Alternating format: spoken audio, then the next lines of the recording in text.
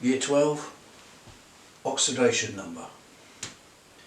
Now, most people have come across oxidation and reduction further down in their educational years. By the time we get to A level, the oxidation reduction definitions from lower down start to be a bit restrictive.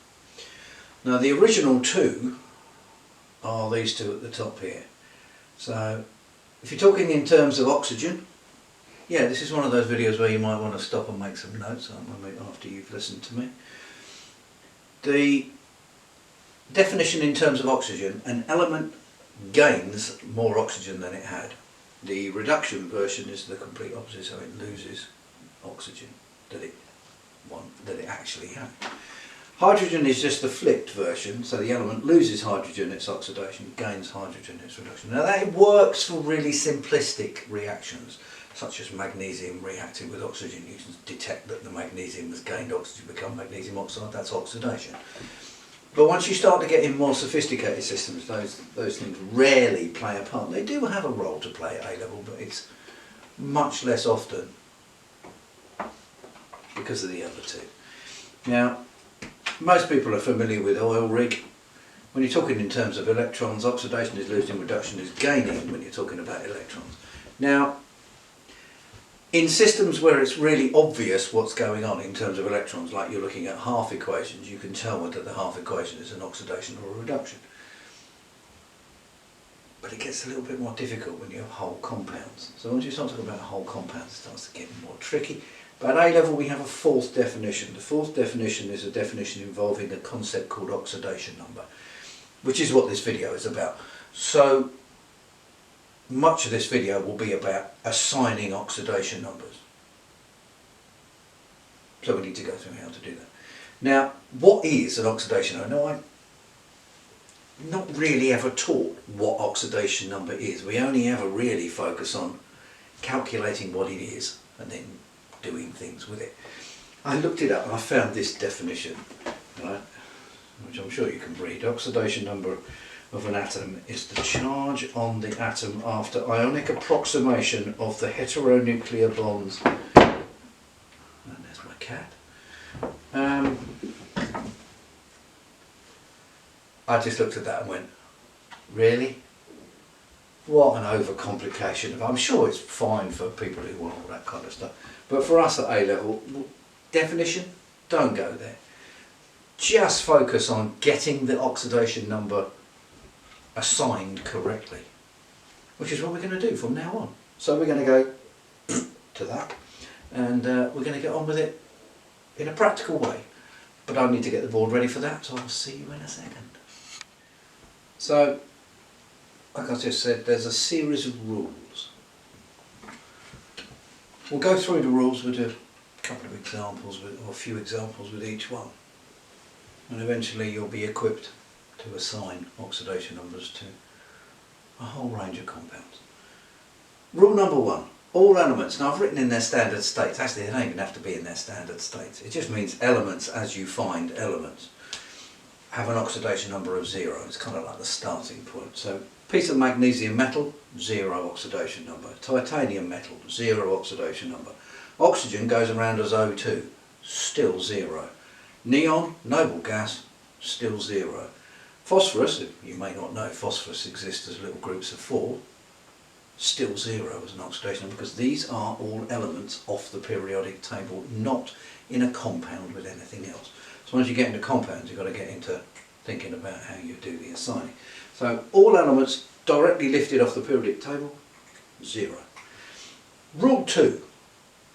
Single centre ions have the same oxidation number, shortening it there, as their charge. Now here's some examples here. Magnesium 2+ ion. The oxidation number is +2. Please note it's flipped. So 2+ charge, sign before the oxidation number +2. Fluoride ion, -1. Potassium ion, +1. This is a nitride ion, not something you may be familiar with, but it's a nitride ion, it has a 3- charge, so it has a -3 oxidation number. But we are only talking single centre ions. So if you're talking about all those ones that are just like oxide or sulfide, they're all single centre. When you get into sulfate or nitrate, they're multi-centre. No, different rules. Got to think about. So, first two rules. Now at this point, I recommend you stop and you write these down, because you're going to need the rules to apply the rules to do the practice questions that follow up on the video. So you're going to need to pause this and note these down. And then we'll come back and we'll add to the rules with more examples. I'd suggest you write the examples down and any explanation you feel you need, like you're making your own notes, which is of course what this video is for. I will see you for the next rules. So here we are with the next two. Rule 3. All compounds, now that means literally the substances themselves. So substances you could go and get off the shelf in a store cupboard, and it's an actual substance, along with stuff that's stored in other places. All compounds have a zero total of the oxidation numbers of the atoms in the formula. So when you look at the formula, whatever the oxidation numbers are, and we'll get into assigning them very soon. Here, sodium chloride, whatever sodium is, whatever chlorine is, you add them all together and it comes to 0. Potassium hydroxide, K, O and H, whatever they are, they'll add up and come to 0 because it's a substance, it's a compound. This is disulfur dichloride, which is a substance you may not have encountered. It will, whatever they are, add up to a total of 0 because it's an actual substance. We'll get to a rule shortly where you start talking about ions, but we'll see that shortly. Rule 4, there are some elements that have fixed or nearly fixed when you get down to these last two oxidation numbers, and you have to remember this because this is the determinant for working out the oxidation numbers of some elements that are not in this list. So these ones drive the oxidation numbers of the other elements. So due to the nature of fluorine in the world of the periodic table, it is the most dominant element of all. It dictates its oxidation number is in a compound -1. It will only ever have not -1 if it's elemental fluorine F2, in which case it will be 0. Had that already in the rule earlier. So fluorine always -1. Group 1 always +1 if it's in a compound. You've got to remember you can get elements as well, which doesn't apply to. Group 2 +2. Those are hard and fast. That's it. They will be that. That's what you get. Now we get down to hydrogen. Hydrogen will be +1 in everything. So you find hydrogen in water, it will be +1. You find it in ammonia, it will be +1. You find it in hydrogen sulfide, H2S, it will be +1. It's only in this exception, so here's one of the exceptions. When you have a metal hydride, and we'll do some examples with a metal hydride a little bit later, and that's with a metal and hydrogen. They're quite reactive compounds, and the hydrogen has an oxidation number of -1, which is not on the board, but you might want to write that down. And then we get to oxygen. Oxygen, fairly reactive element, so much of the time it is -2 as an oxidation number, but there are a couple of exceptions, and it's usually driven by group 1, these exceptions. And there are things called peroxides and superoxides. Now, you are going to be meeting an unlucky exam question if it has peroxides or superoxides in. It's not unheard of at A-level, we are supposed to teach you about that. But the examples will be fairly straightforward because it will be dictated by up here. So therefore, if fluorine and oxygen are in a compound, fluorine takes priority, and fluorine is always -1, so the oxygen will have to be not perhaps its normal oxidation number, which it won't be if it's just fluorine and oxygen. So the oxygen will usually go the way of oxygen and be -2 unless you are in exceptional circumstances dictated by the elements above it in this priority list. Right, we're going to move on to some more rules, and I'll see you with the next set of rules. So, rule 5. Mixed centre ions. These are multi-centre ions with different elements. It'll all add up to the charge on the ion. So when you look at hydroxide there, the oxidation numbers will come up to a total of -1. And looking at those rules we just had, oxygen is -2, hydrogen is +1, and you put those two together and they add up to -1, which is what I said it would be. Here's a standard sulfate ion. Now, oxygen, why did I write O? That's not very good, is it? I meant to write the number. Give it that. Right. Oxygen is -2. The oxidation number is -2. Now there are 4 of them, which makes the total of all 4 of them come up to -8. -2 each, that is the oxidation number, contributes a total of -8 because there are 4 of them. It's going to come to -2, so the sulfur has to be +6 to leave you with -2 for the batching of the 2 minus. Here's a standard nitrate ion, same idea. -2 times 3 is -6. Got to leave single minus, so that must be +5. You can always replay this if you're not keeping up. Here's a different thing, something that you probably may not have seen before. It's a nitrate, it's called a nitrate 3 ion. And the oxygens are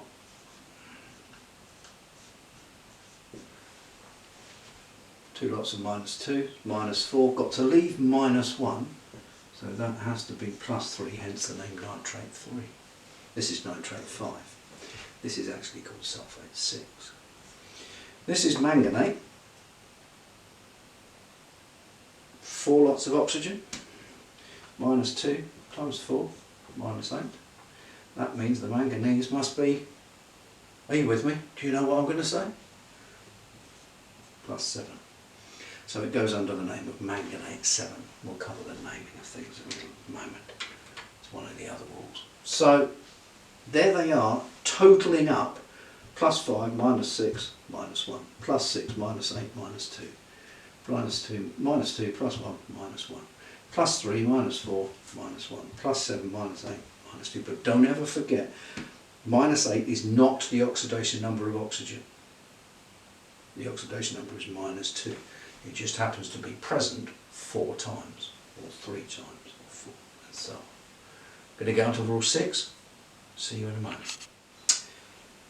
Next rule, the name will show the oxidation number of an element that doesn't have a fixed oxidation number. Now if you look at these examples, a number of the elements have fixed oxidation numbers in these situations. So calcium sulfate.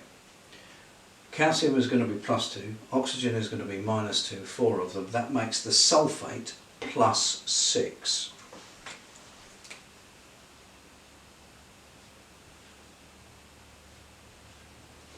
Hence the name calcium sulfate 6, because there is another sulfate. You'll see that once very soon. Sodium nitrate. The nitrogen, when you work it out, because the oxygen is fixed and the sodium is fixed in this situation. Sodium nitrate 5. Do you see we're using Roman numerals?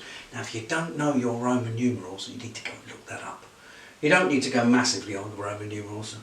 Know your Roman numerals up to 10 and you're easily more than you need to know. So these are Roman numerals. Okay. KMnO4, potassium manganate.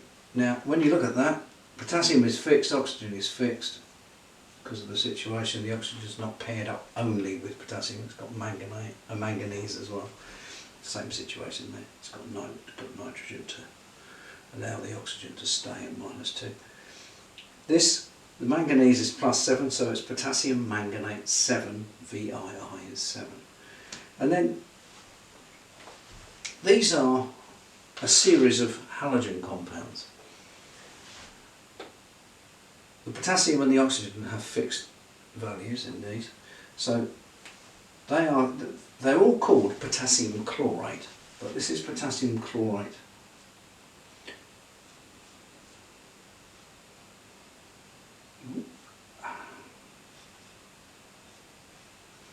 But that's potassium chlorate 1, that'll be in brackets after the name.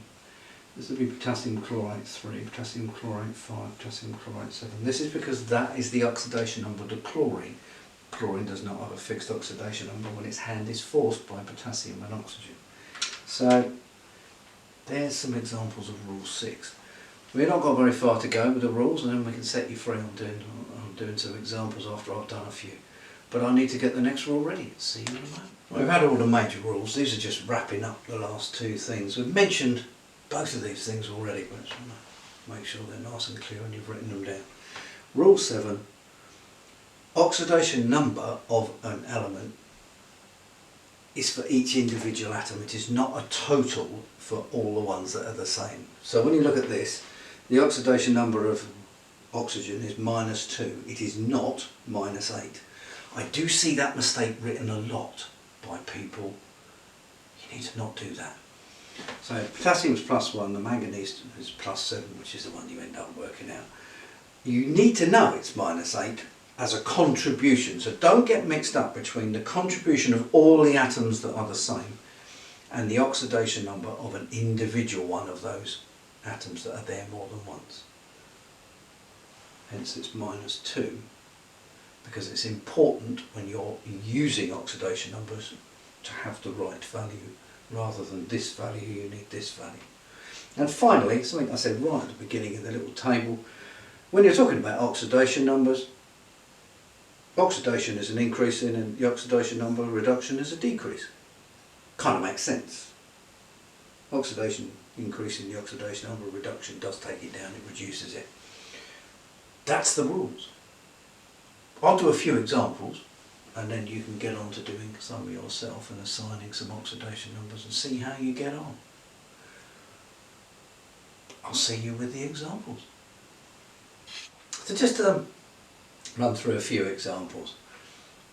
NaBr, sodium bromide. Sodium, group 1.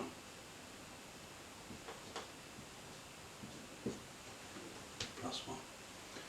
Bromine, therefore, because it's a compound, it has to add up to 0. Bromine must be -1.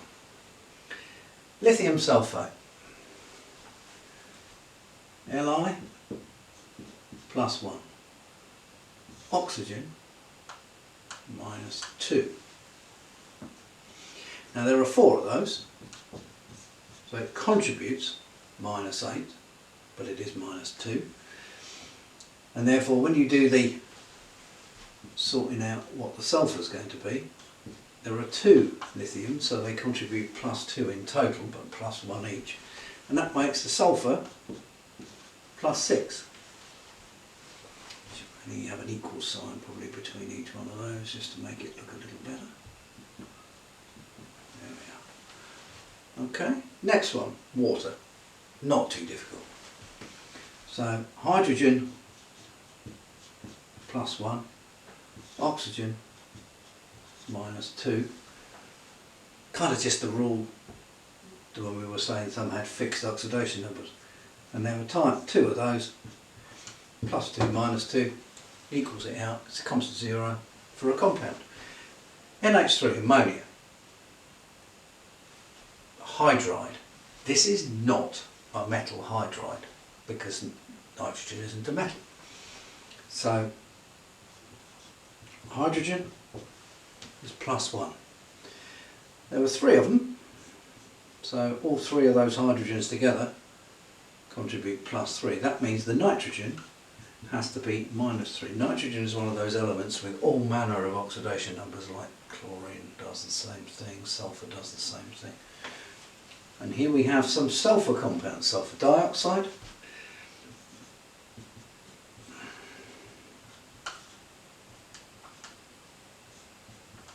so oxygen -2 contributes twice, so it's -4, so the sulfur has to be,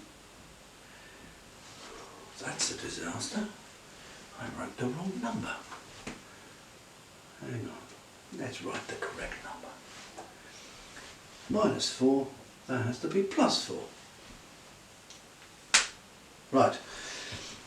Similarly, oxygen there, -2, 3 times, -6, sulfur equals +6, which is what I was thinking about just now. And then you get SF6, lovely thing that is SF6, fluorine in a compound every time, -1, fixed thing, 6 times, -6, so the sulfur is again, marking the compound above, +6. So there's some examples. I'm going to do some more examples and eventually we'll get to the end of my examples and I'm done. I'll see you in a moment for some more examples. So, slightly more complex examples. Iron chloride, or one of the 2 iron chlorides. Chloride, single centre, chloride ion, Cl minus, see, you just need to know your ions. People I teach, you know I have that thing about learning your ions. So chloride, -1.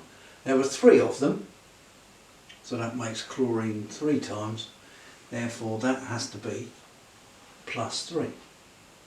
It's iron 3 chloride is its name.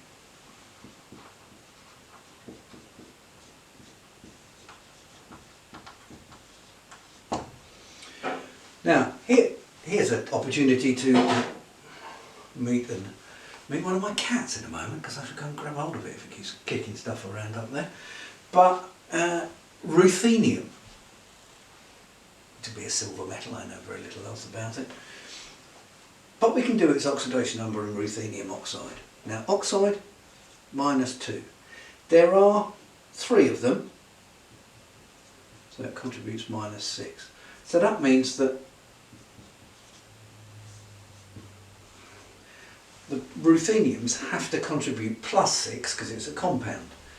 And there are 2 of them, so they have to be +3 each. So +3 times 2 is the +6. And it all comes out to 0. Silver nitrate. Now, one of the ways to do this is know some of the ions. So silver is a single plus ion, so silver has to be +1. Nitrate, NO3 single minus. So the oxygen is going to be -2. There's going to be 3 of them, it's going to be -6, therefore that has to be +5. Now we've had nitrate 5, which is what that is, recently. But there it is. Now you can either do that by knowing that that's +1 because it's a +1 ion and do the rest, or you can know that it's a nitrate ion and just unpick it, it doesn't really matter. Now here's another substance that I've never encountered, but we can do it, is Gallium Sulfate. But what are the oxidation numbers? Well, you can look at that and go, oh, that's massively complicated, I've got to do 3 lots of this and 6 and 12 and whatever. No. Take it as a sulfate, because you know it's SO4 double minus, or 2 minus. So you'll know that that's -2 and that will be +6, because we've done that a number of times already, because there's 4 of those. And that means that sulfate is 2 minus. There are 3 lots of 2 minus, so that means that this has to contribute +6, because it's got to be 3 plus times 2, because it's going to be +3 times 2 and 6. You might like to pause and have a little think about that one, because that is a little more complex than any of the other ones so far. 2 ways into it. I think the easiest way is to go, it's a sulfate, it's 2 minus, then you can work out what the charge on the gallium is. Gallium is in group 3, so it will be +3. Only a few more examples for me. I need to put them on the board. I'll see you in a moment.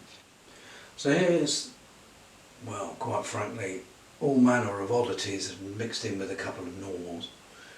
So, top one is called calcium hydride.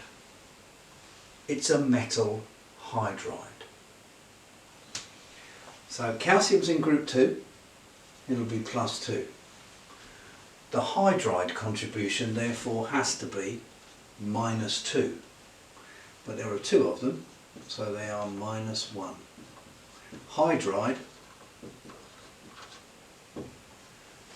it doesn't quite fit on the board if I'm honest, I've run out of space, is -1. So hydrogen in anything else, any other situation other than metal and hydrogen, so hydrogen carbonate, no, that's ordinary hydrogen. Metal and hydrogen becomes a metal hydride. Hydride is -1. Next one, hydrogen peroxide.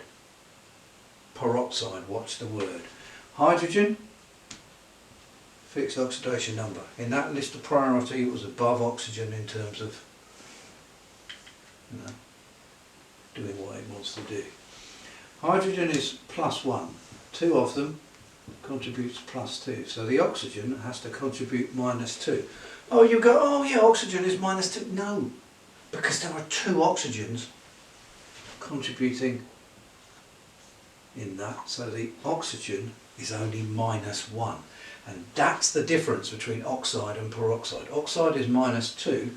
Peroxide, the oxygen is only -1 as an oxidation number. You might want to pause and write some stuff about that. Now, then we've got ordinary compound, just a sort of thing you've never seen before. Cesium iodate. Well, it's cesium iodate 7, I'll tell you that. So, cesium is in group 1, fixed oxidation number +1, oxygen -2. 4 of them, -8 in total. +1, oops, that just looks like an H with a weird side. +1, -8, got to be +7.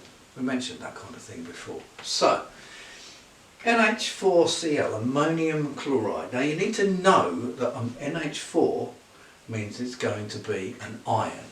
It's an ammonium ion. So chloride, single centre, -1. Ammonium, not single centre. Hydrogen is not paired up just with the metal and nothing else, so hydrogen will be +1. There are 4 of them, +4 in total. +4, -1, got to make it come to 0. Nitrogen's got to be -3. There we are. Here's an interesting compound. One of the 3 iron oxides you can dig out of the ground. Well, probably might be more, but those are the 3. One of the 3 common ones. Oxygen, -2. It is not a superoxide. I would have told you if that. When you get superoxides or peroxides, usually the question points you in that direction by mentioning the name in some way or another. So oxygen, -2. There are 4 of them. It contributes -8. So it's -8. There are 3. There's going to be a plus. There's going to be a multiplication sign. Right. That doesn't work, does it? Well, it's because the answer to this is a fraction.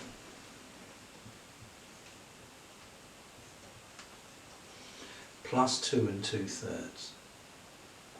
If you multiply 2 2/3 by 3, 3 2s are 6 and 3 lots of 2/3 are 2, and that adds up to 8. Now you might think, oh, that's just a nonsense. How can you have a fractional oxidation number? Well, technically you haven't. What you've got is some of the iron are +3, some of the iron are +2, and this is the average value. And occasionally that will crop up. There was a really important example in redox reactions where that crops up. Now when we start talking about redox, of course we are talking about reduction and oxidation in a reaction, so don't ever forget that. Can't have one without the other. Now we get to the last 2. Sodium peroxide. Now we've had a peroxide already, so the answer's going to come out fairly similar. Sodium, higher up in the priority list, fixed oxidation number +1. Times 2 +2. Oxygen, therefore, has to be -2. There are 2 of them, therefore they have to be -1 each. Oh, there it is. Same as it was up there. And then we get to the last thing, a superoxide. There aren't very many superoxides. Tend to find them with potassium, rubidium and cesium, and that's probably the end of the story really. Now rubidium, +1. There's only 1 of them. So this has got to come to, not got to come to plus anything, has it? It's got to come to -1. Hang on, there we are.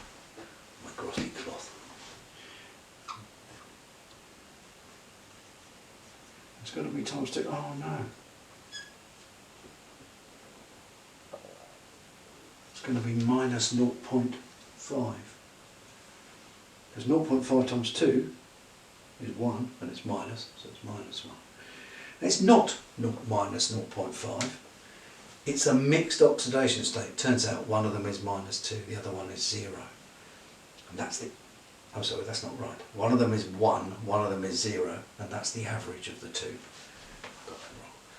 And so this is, again, when you see a fraction, like you have in these two examples, you are talking an average value.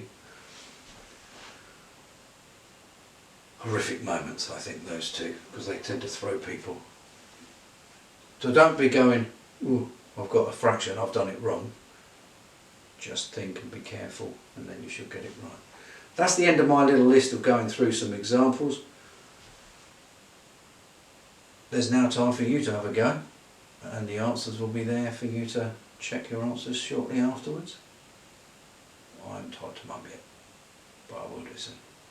Thank you for watching, hope that helps, and see you soon. Ta-da!